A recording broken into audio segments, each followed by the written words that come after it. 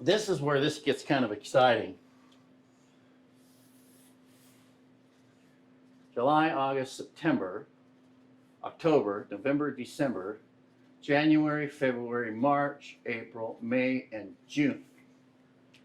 Okay, so July, August, September, October, November, December, January, February, March, April, May, and June 2022, let's just say, since we're recording this July of 2021. If you paid on this mortgage, this $100,000 mortgage, at approximately 3.5% for 30 years, and this was your first year on this thing, at the end of the year, your balance would be out here at $98,000 because, like I said, such a small amount goes toward principal. If you've ever seen an amortization schedule, they look something like this.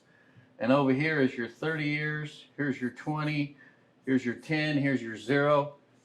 And this right here is your interest in the front of the loan, the principal's on the back of the loan, and you're somewhere halfway through the mortgage before you're getting close to 50-50, right?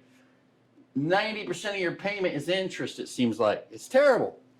So if we go back up here and we use the same system that I just drew with accelerated banking, and you use an open-ended account so you can gather float, you can have this baby paid down in those same 12 months to, what is that, 76,000 bucks with our math at $2,000 a month, just with this example.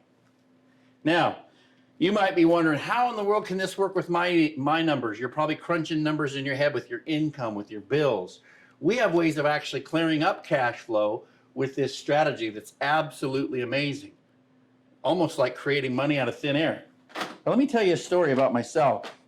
When I discovered this strategy in 2017, I was about halfway through a 30-year mortgage, and I had about $140,000 left.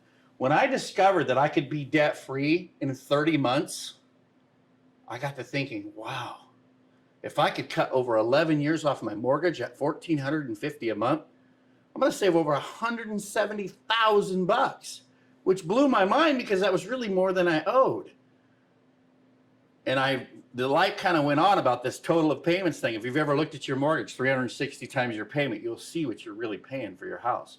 And so even at 4%, you pay on a mortgage at the end of the first year, you're still somewhere around 44% APR. It's crazy. Excuse me, by the end of 5 years. By the end of 5 years. So because when you look at the expense of the mortgage is really heavy in the beginning.